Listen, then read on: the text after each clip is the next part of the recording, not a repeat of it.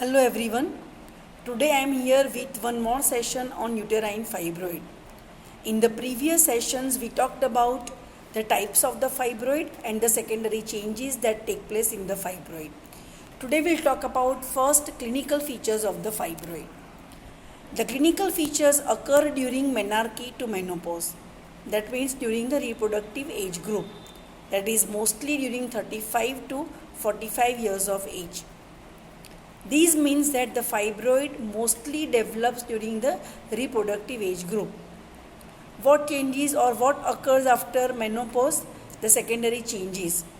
In the previous session we talked about various secondary changes taking place in the fibroid. You must have observed in it that most of the secondary changes develop after menopause or seen in the postmenopausal women. So fibroid develops during the reproductive age group, but the secondary changes in the fibroid takes place after the menopause in the postmenopausal women. So after menopause, already existing tumor usually regresses. It shrinks, reduces in the size after the menopause, but new one never develops. The new fibroid never develops after the menopause, right? So one of the symptoms of the fibroid is menorrhagia. So if the patient comes to you with the postmenopausal bleeding, mostly you can exclude fibroid. The new fibroid never develops after the menopause. It delays menopause. It mostly occurs in nulliparous women or in women with long period of secondary infertility.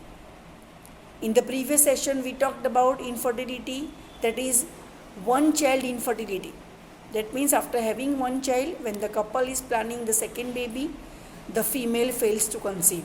It is secondary infertility, right? So whenever there is long standing secondary infertility with one child, usually you may find development of the fibroid. Now let's first see the symptoms of the fibroid. Majority of the fibroids remain asymptomatic, means you will not get the symptoms of the fibroid usually. There is accidental detection by a doctor during routine examination or at laparotomy or laparoscopy. That means fibroid is detected accidentally. When doctor is doing the routine examination, then doctor finds certain abnormal findings on examination which may point towards the fibroid. Or during the laparotomy or laparoscopy also you can detect fibroid. So mostly its detection is accidental. The site is more important than the size. So more important is where the fibroid located, then what is the size of the fibroid, right? For example, a small submucous fibroid may produce more symptoms than a big subserous fibroid. Now you know what is submucous fibroid and what is subserous fibroid. Submucous fibroid is when the intramural fibroid becomes subperitoneal outside uterine cavity, and subserous means when the intramural fibroid projects inside the cavity, right? So the small submucous fibroid is more dangerous than the big subserous fibroid. So always the location, the site of the fibroid is more important than the size of the fibroid. The very first common symptom is menorrhagia. It is the commonest symptom. Often it becomes progressive with passage of the clots. The causes of the menorrhagia are when bleeding endometrial surface area becomes more, when vascularity of uterus increases, when uterine fibroid in the uterine wall hampers the hemostasis, when there is endometrial hyperplasia. So these are the various causes where you will find menorrhagia in the fibroid. Next symptom is metrorrhagia. It is not that common. It usually occurs with submucous fibroid with ulceration or rarely with endometrial carcinoma. Another symptom is dysmenorrhea.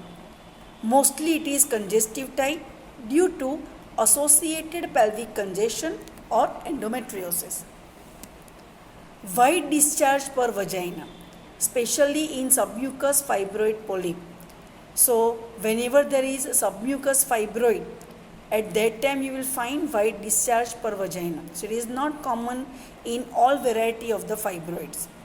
Filling of the abdominal lump in the lower abdomen, for which she needs treatment. Previously we discussed that, or we have seen that there is accidental detection of the fibroid. So when the patient comes to you, she may not be knowing that she has fibroid, but she will come to you with certain complaint, and one of such complaint is feeling of abdominal lump. પેટમાં કંઈક ગાંઠ છે એવું લાગે છે, specially in the lower એબડોમેન. તમને patient એવી complain કરે, and when you examine that patient you may detect fibroid, right? So she comes for treatment for the complaint of the abdominal lump. Another symptom is infertility. About 30% women with fibroid are infertile. So along with the fibroid, the woman may fail to conceive.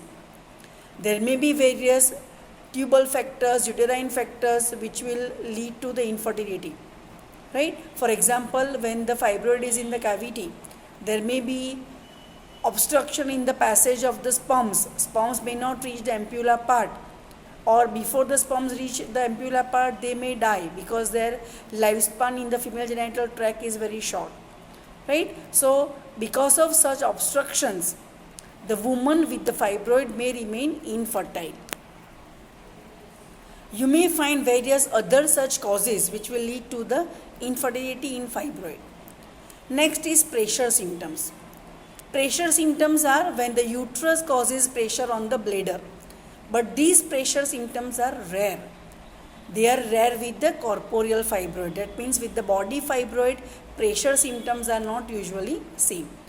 If pressure symptoms are present, then what kind of symptoms you will find? Frequency or urgency in the micturition.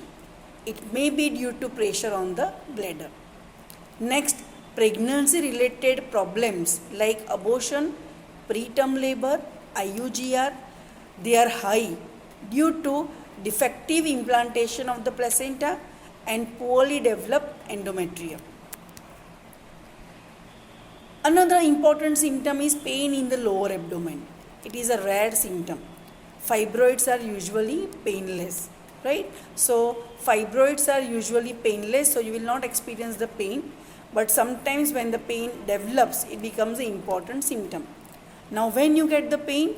During expulsion of the fibroid polyp, due to torsion of submucous fibroid, due to vascular derangement, when the blood supply to the tumor it becomes impaired, due to inflammation. So these are the causes, the reasons where fibroids become painful. Next is abdominal swelling or lump. So what the woman will complain of? Sense of heaviness in lower abdomen, feeling of a lump in lower abdomen, even without any other symptom. So her only complaint is feeling of lump in the lower abdomen. Any other symptom is not present.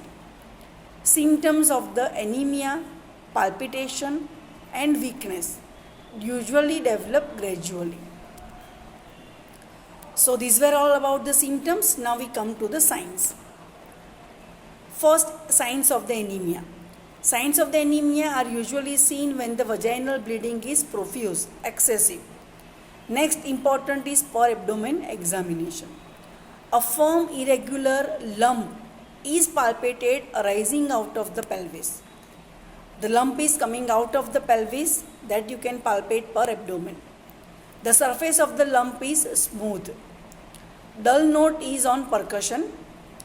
On bimanual examination, you can confirm irregularly enlarged mass with nodularity in the pelvic position. When we go for the investigations, why investigations are important? To confirm diagnosis and for the preoperative assessment. Various investigations are carried out like hysteroscopy and hysterography can detect submucous fibroid. Laparoscopy and laparotomy confirm diagnosis. ultrasound and color Doppler, they are also useful for diagnosing this condition. Uterine curettage is done in the presence of irregular bleeding to detect any coexisting pathology. So, whenever you suspect any other pathology along with the fibroid in uterus, you may go for uterine curettage. It helps to diagnose submucous fibroid too. So, when the fibroid is present in uterine cavity, so at that time also this uterine curettage will help to detect such fibroid. Differential diagnosis. You can differentiate fibroid with any such other condition which leads to feeling of lump in the lower abdomen or uneasy feeling in the lower abdomen, right? So the probable conditions are pregnancy, metropathia hemorrhagica, adenomyosis, endometrial carcinoma and pyometra, ovarian tumor, full bladder, broad ligamentous stent tumor, tubo-ovarian mass, bicornuate uterus or pelvic kidney. I hope you all have gone through these topics, so you know why there occurs enlargement of the uterus or the enlargement of the abdomen, or why the mass or lump is felt in the abdomen in any of these conditions. So all these conditions must be differentiated from the fibroid. Now we come to the last part of the corporeal fibroid, that is the treatment. If symptoms are present, then curative treatment is done by surgical removal of the tumor, that is myomectomy, that is advised when symptoms are present. But fibroids are usually symptomless. So symptomless fibroids, while in the pelvic position, require no treatment, but for its follow-up is very, very important, right? We don't go for the operative treatment for the symptomless fibroid, but its regular follow-up should be taken. You have to check whether the size of the fibroid is increasing, right? With your treatment, even in homeopathy, we have very good medicines for uterine fibroid. So if the fibroid is symptomless, we can assure the patient to wait for some time to clear the fibroid with the help of the homeopathic medicines. Like, right, we can use Trillium pendulum, Claspi bursa pastoris, Aurobium atronatum. Aurobium atronatum is a specific medicine for the fibroid. Even you can use mother tincture of the Fraxinus americana. This Fraxinus americana will speed up the regression of the fibroid.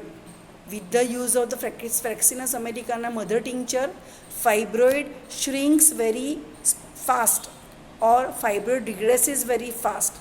So Fraxinus americana mother tincture will hasten the reduction in the size of the fibroid. Sometimes you find that when you start the treatment, only the medicine may not be sufficient to hasten the recovery or to start the recovery. Sometimes you find that even though you have used the very proper medicine for the patient, the fibroid is not reducing that fast as per your expectation. You can add Fraxinus americana mother tincture. Clinically, it is very effective.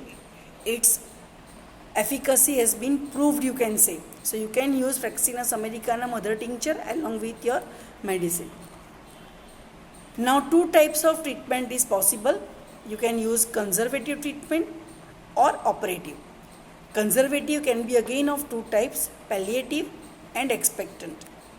Let's first see the conservative palliative treatment. It is needed for bleeding phase when patient complain of moderate degree vaginal bleeding, because in such cases immediate curative treatment is not possible. It cannot be performed. Like you cannot go for the operative treatment. That's why you have to go for the palliative treatment. Now what we do here?